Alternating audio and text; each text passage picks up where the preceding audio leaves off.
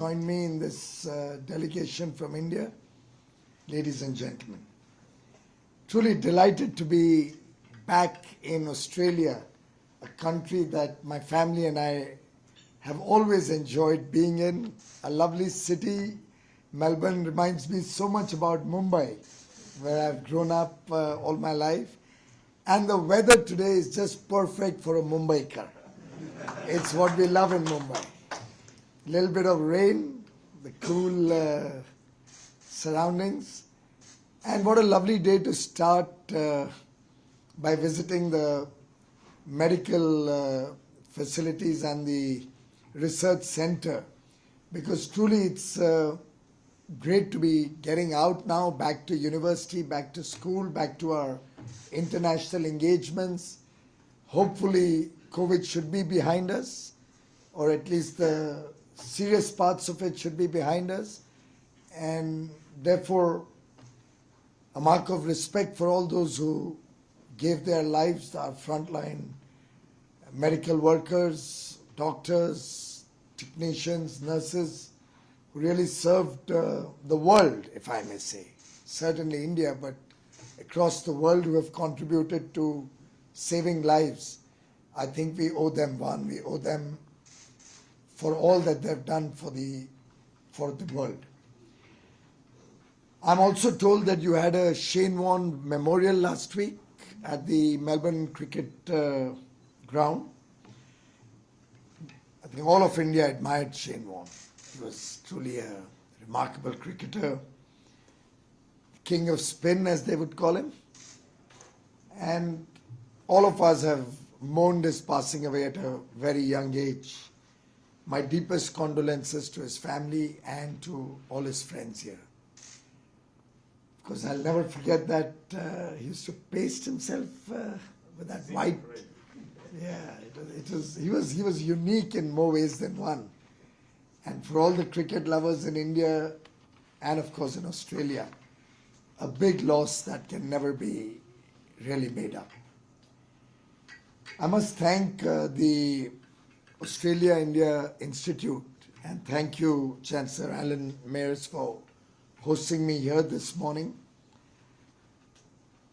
You'll be happy to know that your institute was discussed in the Union Cabinet when we finalized this agreement. And I was in fact told that I must engage with the Australian Indian Institute to understand what's happening in Australia, the dimensions of business and economics across the country, and also the geopolitical significance of our partnership. So I can only share with you that you're very well recognized in India. You're very well acknowledged for the good work that the Institute has done. And ever since your establishment in 2008, I think you've played a very instrumental role in taking our relations to greater heights, somewhat like the Doncaster Hill here. And the kind of research, the kind of work that comes out from your institute, it gives us a lot of insights into the potential of our partnership. You have earned a very good reputation back home in India for the way you have been able to build bridges between the two countries. And of course, ever since our Padma Shri winner, one of the highest civilian awards, Mr. Amitabh Matu, founded this institute under the University of Melbourne, and its current leadership of Her Excellency Senator Lisa Singh. I think we have a long way to work together and take this institute to greater heights and continue to play an important role in our work together. Friends, I'm told that Australia and India were one country or one continent thousands of years ago. At least the map seems to suggest that. If you try to dovetail the two continents together. And the brothers were separated many, many, many thousands of years ago. I think the unity agreement, as you very appropriately put it, gives us an opportunity to get back that brotherhood, that fraternity, that togetherness that I think was rightly due. You're talking of 10 years. I personally think we are probably 50 years too late.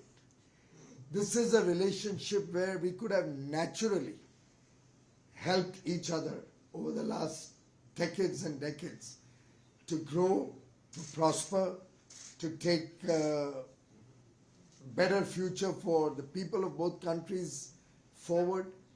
And, well, as they say, there's a word in Hindi, there's a saying, Der aaye durust aaye. Even though you may be late, but it's good that you are there. And I think that's the sentiment that the Indus Ekta agreement has for all of us back home in India. I hope for Australia also, that delayed but never too late. And I think we now need to catch up. The fact that we could conclude it in 6 months, and really out of that 6 months, if you look at the October to December period, we had the Omicron wave across continents, we had Christmas and the New Year. So I still recall that call on video on the 4th of January when we really got cracking.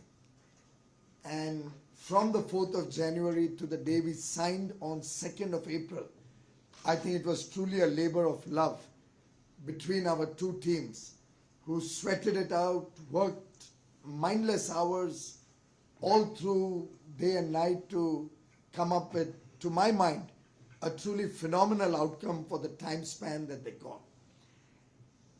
And looking at the way this relationship is prospering on the political front, on the geopolitical, economic and strategic front, my own sense is that it's the right time, it's an appropriate time, it's a great message to the whole world. And the first free trade agreement that India has executed in a decade, and the first with a developed nation after many, many years.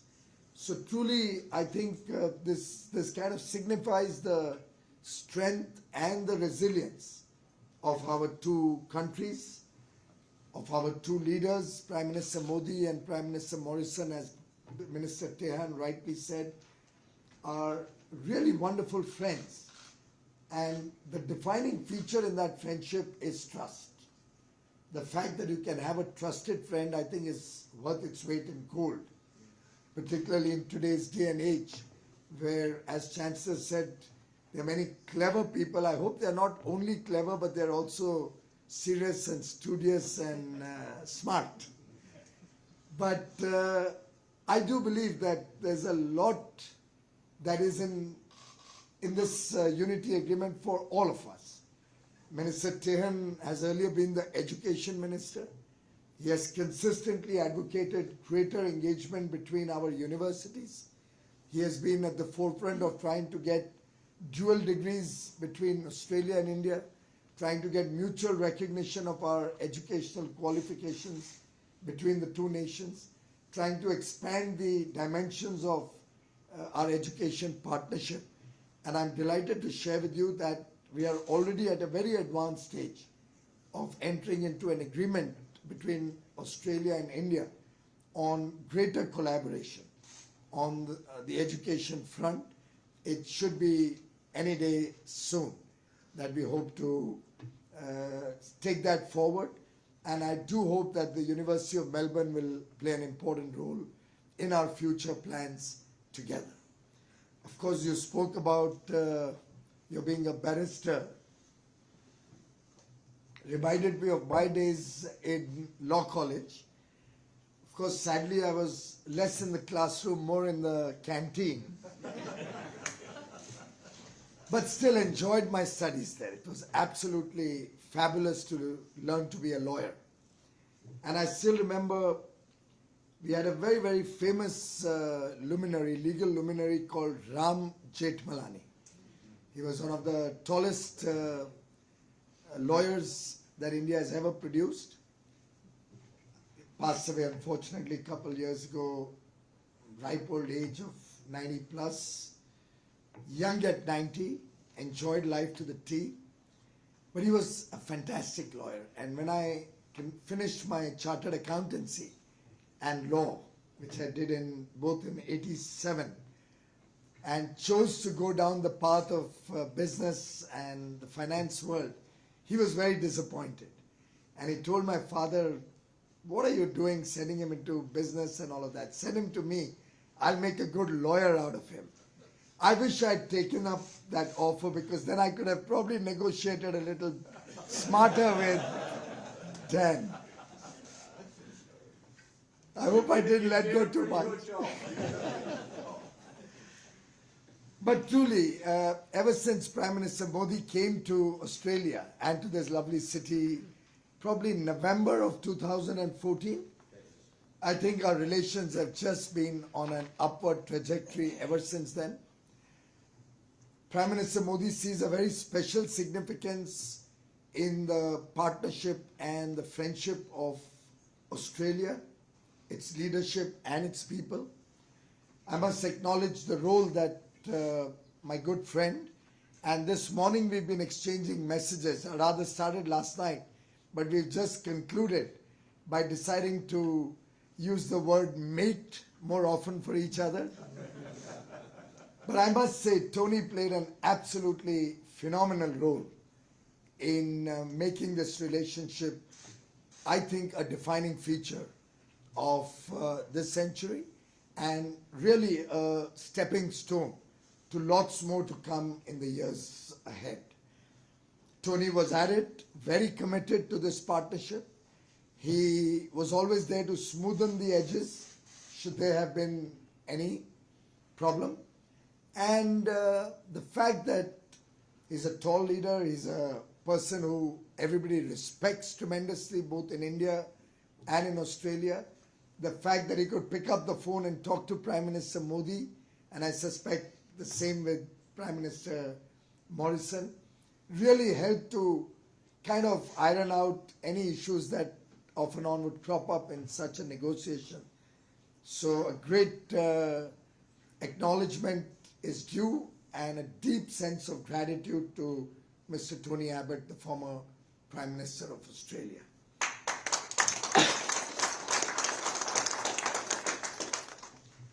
Well, somewhat this partnership is becoming like your famous Australian cricket opening pair of Justin Langer and Matthew Hayden. Very difficult to break the wall. And I think the values that we share really help us in defining this partnership. The rule of law, the way that we believe in transparent systems of government, our shared values of democracy, fact that we both emerged out of the Commonwealth. And I was just thinking, Mr. Tehan, that look at the significance. We first did the deal with you. We had active negotiations with the United Kingdom, and we recently launched Canada negotiations. So 3 Commonwealth nations with whom we share very, very good relations. And the 4 of us were really good friends. Are we in for another quad?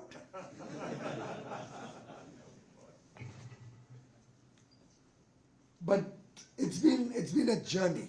I think this relationship has, over the years, probably had more of a people-to-people connect than the business connect. But it's a great way to begin, because it's people who are going to define our business relations in the future.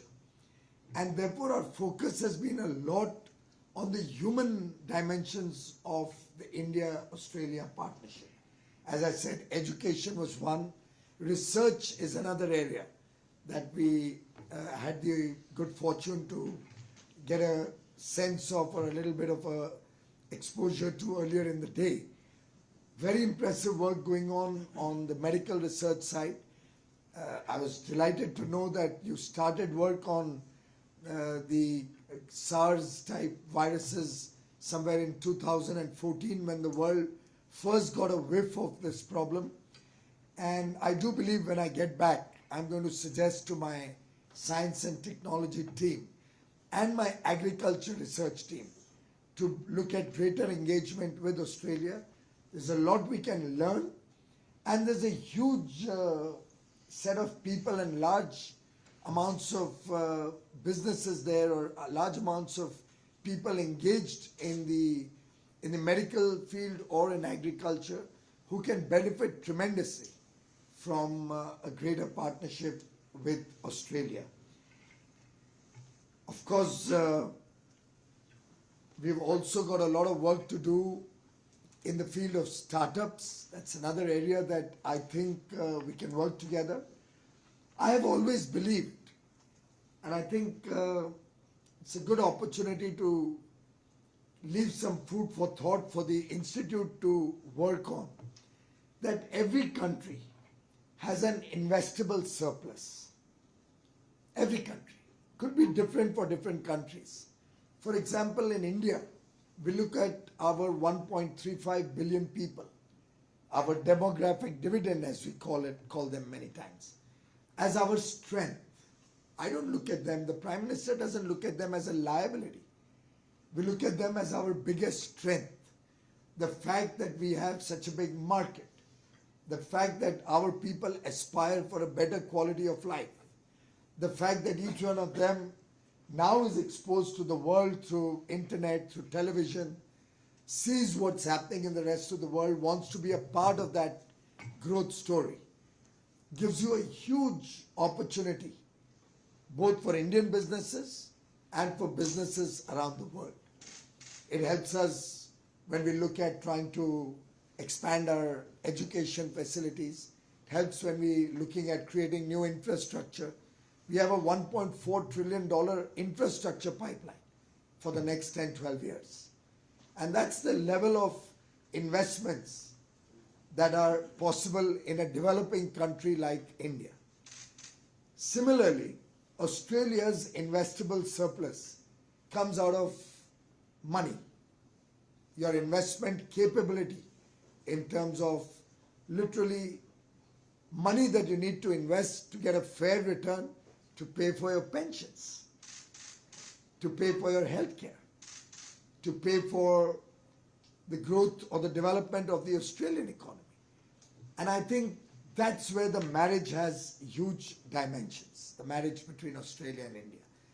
Your investable surplus can get huge opportunities to get a fair return in India, and our investable surplus, the people of India, can help create opportunities for businesses in Australia, for educational institutions in Australia.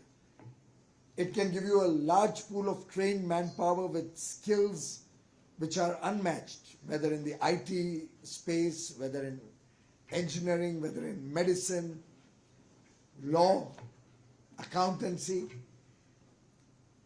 And together, this marriage can truly have far-reaching dimensions for both our economies, and if I dare say for the rest of the world also, where we can collectively engage and have an outreach to other parts of the world.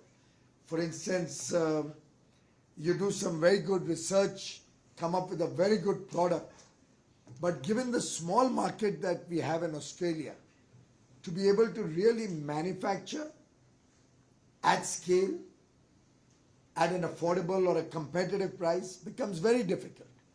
But when you have a 1.4 billion people market sitting out there, the scale at which you can produce your goods suddenly becomes completely different.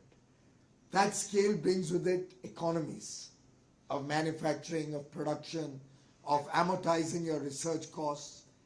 And that scale then helps you to become competitive not only in Australia, not only in India, but in the rest of the world. So that's where I think the research, the technologies, the capabilities that Australia has, the fact that you are endowed with so much of natural resources, coupled with the Indian demand, the Indian manufacturing ecosystem, the Indian market, and then the world as a market from India. This partnership can help both countries prosper and grow in the years to come. Of course, we'll also have to set right many other related issues. For example, our shipping connectivity, our air connectivity, all of that will also need to be upgraded. So therefore, as Minister Tehan said, this is a beginning, but a great beginning. It's a substantive beginning. I've already talked to DP World, for example, in the United Arab Emirates last week when I was there, that they may look at expanding direct shipping lines and connectivity to Australia from India. We are looking at greater engagement in the field of accountancy, in the field of engineering, in the IT world between the two countries. And I'm delighted that we've been able to resolve a long pending issue about taxation of the IT industry that was kind of holding back greater business with Australia. That being behind us is huge potential. And I shared yesterday with Tony and the rest of the friends who were there that India's IT industry has grown from $1 billion in the year 2000 in its export to 178 billion the year gone by, 31st March, a 20% or thereabouts CAGR in 22 years. And we actually started out trying to solve the Y2K bug. If you recall the 99 to 2000, the turn of the century, the millennium bug. And here we are from 1 billion to 178 billion and counting. And therefore, I believe that technology engagement between the two countries will also play a very important role as we move forward. We have very ambitious targets for our services side to serve the world. So while on the one hand we want to make in India for the world, we also want to serve the world from India. And collectively, I think the potential of this relationship is huge. We've set very modest targets. We are looking at taking the $26–27 billion bilateral trade to about 50 billion in the next 5 years. Totally unacceptable to Minister Tehan and me. This is just not what we put in all this hard work for. And I would suggest that our teams seriously drill down, just like we did at the agreement stage. We drill down sector by sector how we are going to grow this relationship on the fast lane. And let's be more ambitious. Let's look at $100 billion, and I'm saying US dollar. So that would probably be about 140 billion Australian dollar engagement between India and Australia. Shall we say by 2030? That gives you 8 years. That's more than you require. So we are looking at a quadrupling of this relationship in 8 years. I hope CII is listening. I hope Vicky is listening. I hope the Foreign Office is listening. And certainly the Ministry of Commerce and Industry is committed to making it happen. And I think the very fact that having decided on this trip on Thursday, when I was probably in UAE, conveying to my team on Friday that I want to go to Australia with a delegation comprising people of varied interests who are interested in business with Australia, who are interested in exports or imports, both. We have both over here with Australia, and I want them put in place by the weekend. And I'm grateful to my team who worked 36 hours reaching out to all the export promotion councils, industry associations, and we have one of the largest delegations led by Mr. Narendran, who's the chairman of CII, the Confederation of Indian Industry, also managing director of Tata Steel, somebody who does big business with Australia. He just was mentioning about importing $2 billion worth of Australian goods to India last year. We'll have to have a conversation, Mr. Narendra. I'll have to have you balance that with $2 billion of export next year to Australia. But great, I think it's the bilateral relationship which is going to take us forward. We have a number of pharma companies here, we have companies from textiles, we have companies from the leather industry. I have representatives of our service sector. The Services Export Promotion Council is represented here, chartered accountants with me. We have a number of companies who have already set up base in Australia who have joined the delegation from the IT space, from the mining space. So truly a great opportunity to celebrate this unity agreement.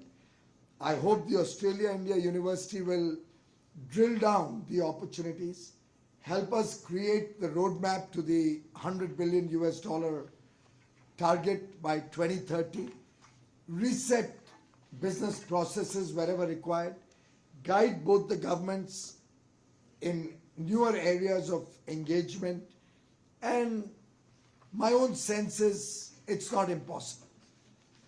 Most people didn't believe we could do this agreement ever at all. Large number of people never thought it's possible in the time frames we finally did it in. But we are now one. That's what the unity agreement is all about.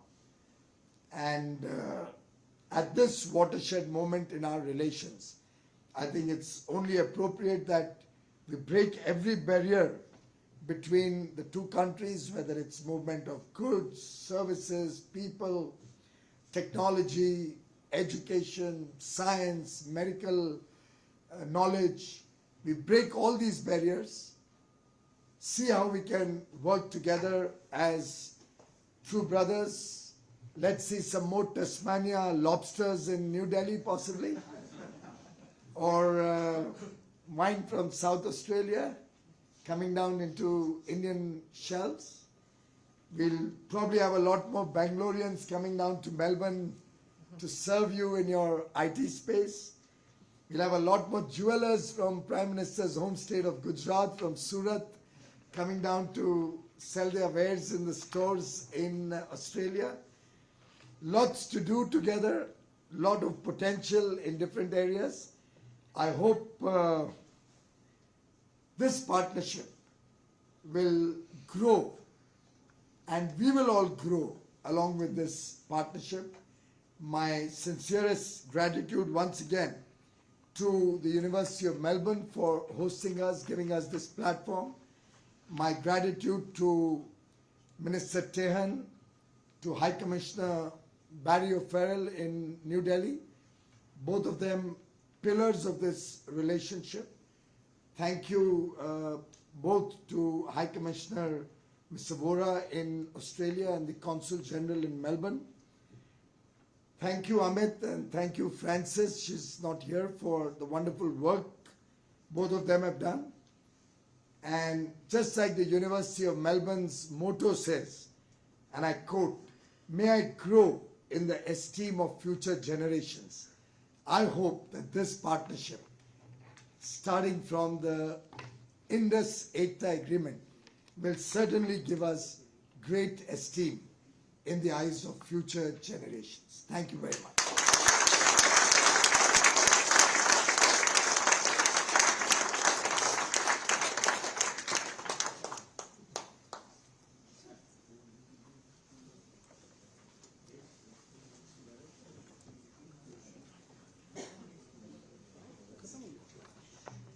Minister, thank you so much for that. I'm told that we have a short amount of time for some questions. May I invite the Ministers and the Chancellor to take a seat here. I will join you in just a second. I'd like to open up to the audience, but ask you please to wait for the microphone to arrive before you start to ask your question, and ask you, if you would please, to identify yourself and your organisation or affiliation when you ask your question. Those questions just here, please. Thank you. Good morning, Honourable Piyush. Could you just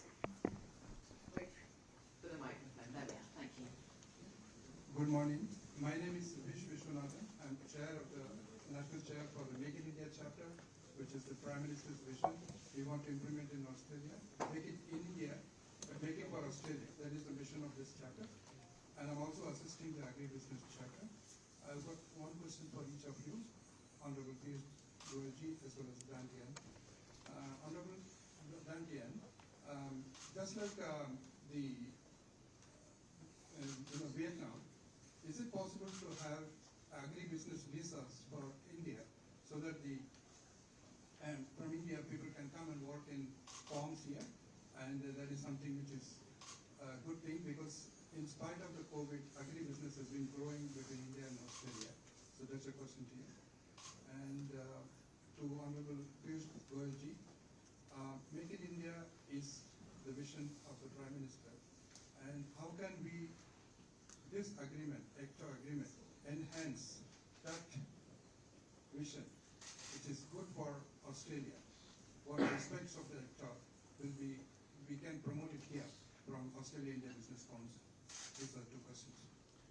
Well, thank you. And the mobility part of the Unity Agreement is a key part. And as Piyush mentioned, it will be wonderful when it comes to our international students, whether they be Indian international students here in Australia, the post-study work rights that they get under this agreement in those key areas of information technology and STEM are absolutely vital. There is post-study work rights which flow from this agreement to those students, so they'll be able to stay longer, work longer in those key areas. And one of the requirements that we have is that the students have to get first-class honours.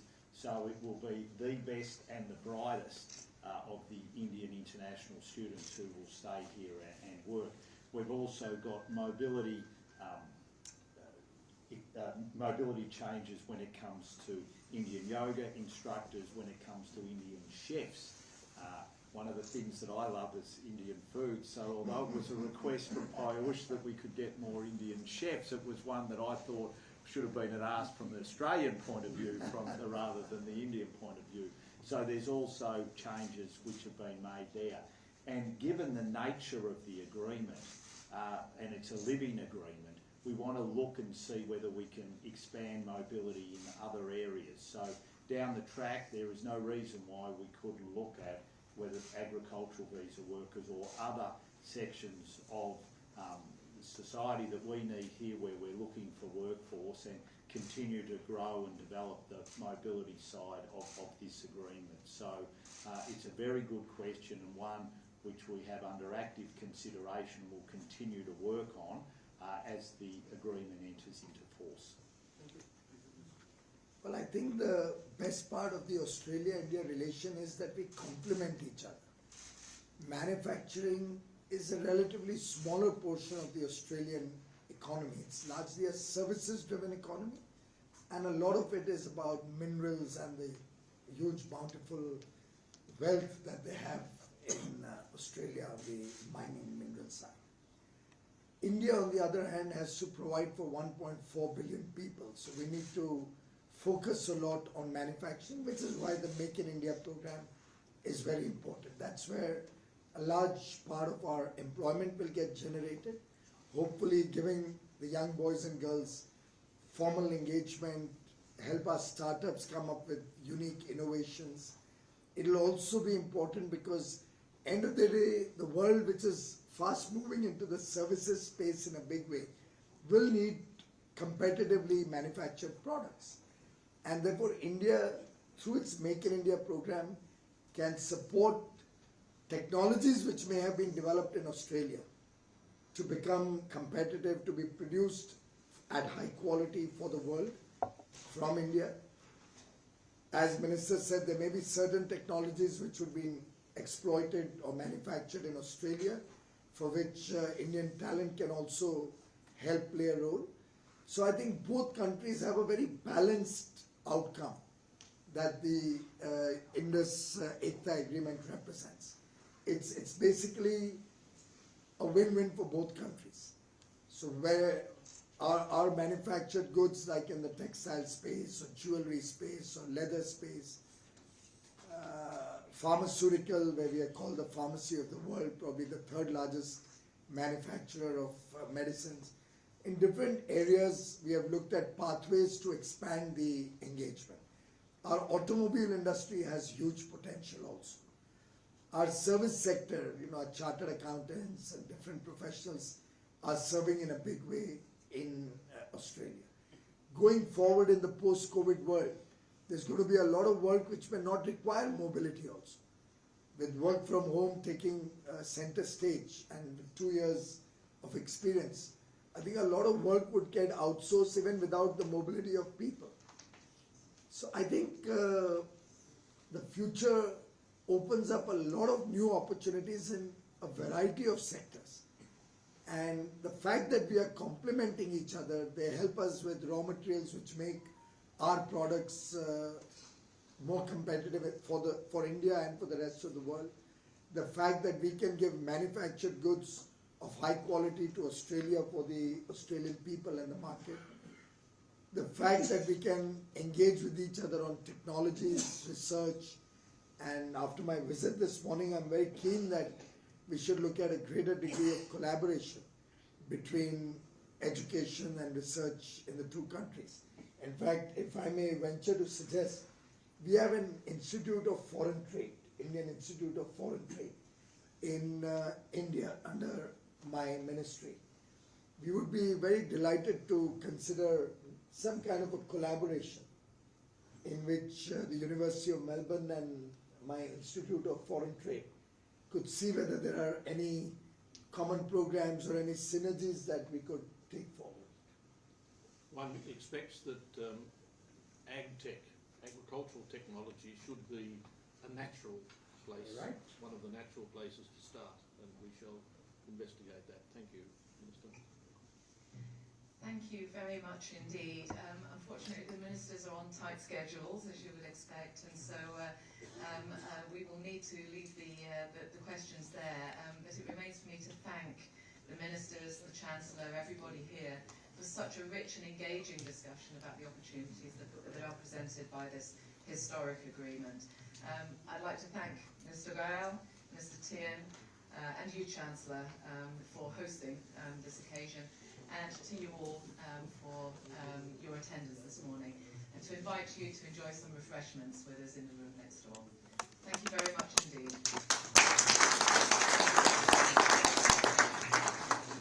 Thank you. Come and get this gear off, and I didn't. I didn't set my. हाँ तो उनको cable बड़ी वाली वहीं से निकाल देना, बस निकाल दोगे ऐसे दबा के पुश करके दबाना ऊपर।